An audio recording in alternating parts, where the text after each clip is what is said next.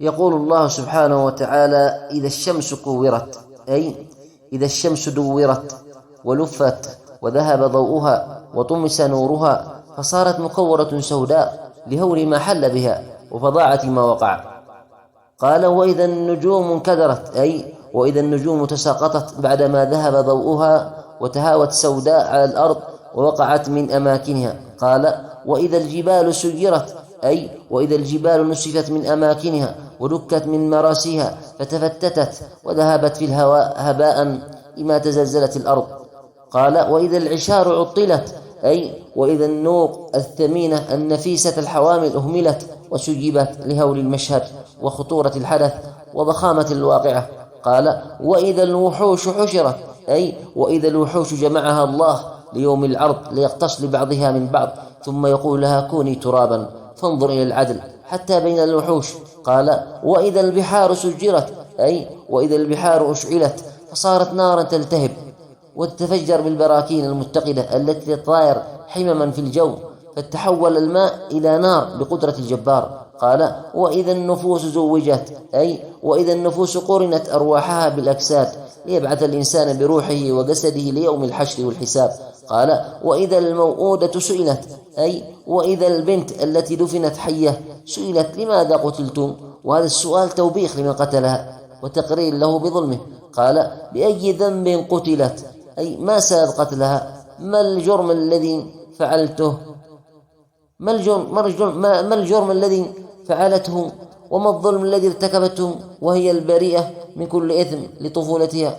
قال: وإذا الصحف نشرت، أي وإذا صحف الحسنات والسيئات عرضت للنظر وفتحت الحساب ليجد كل إنسان عمله مكتوبا أمامه.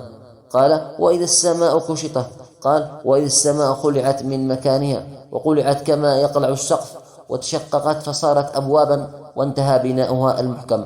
قال: وإذا الجحيم سعرت، أي وإذا النار أوقدت وتأججت سعيرا وأوقدت إيقادا شديدا واضطرمت حتى أكل بعضها بعضا استعدادا للكفار. قال: وإذا الجنة أزلفت، أي وإذا الجنة قربت للسعداء وزينت للأولياء وأدنيت للمتقين فصارت منهم قريبة استعدادا لاستقبالهم.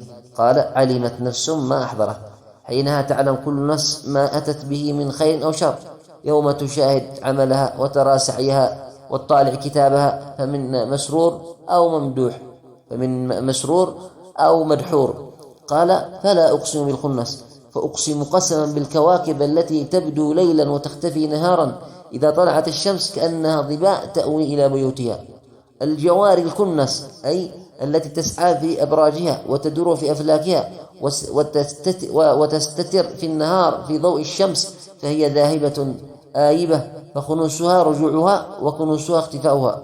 قال: والليل إذا عسعس، وأقسم قسما بالليل إذا أقبل متدرجا في ظلامه وأدبر متجليا عن سواده فهو في إقبال وإدبار.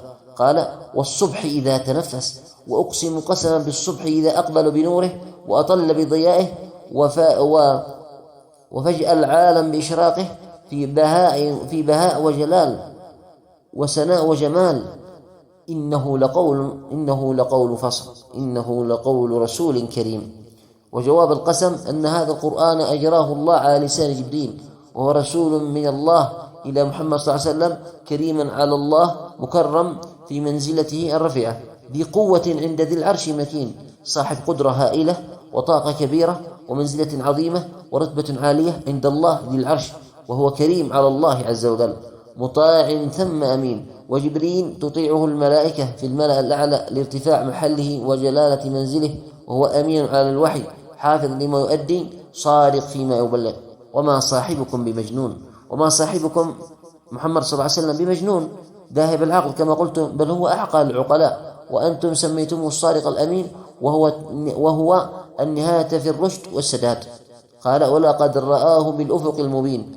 ولقد رأى الرسول جبريل على صورته التي خلقه الله عليها، له 600 جناح سد بها الأفق على جهة السماء. قال: وما هو على الغيب بضنين، أي وليس محمد صلى الله عليه وسلم على الوحي المنزل من الله بمقصر بخيل بالتعليم والبلاغ، بل هو الصادق الأمين بلغ الرسالة وأدى الأمانة على أكمل وجه وما كتم شيئا. قال: وما هو بقول شيطان رجيم. وهذا القرآن إلا تذكير لكل الناس وعظة لجميع العالم، فهو رسالة ربانية للإنسان ووثيقة إلهية للبشرية، فبها الهداية والرشاد والفلاح. قال: لمن شاء منكم أن يستقيم، لمن أراد منكم أن يستقيم على منهج الله بتحكيم شرع الله في حياته واتباع سنة رسوله صلى الله عليه وسلم استقامة لا عوج فيها ولا انحراف.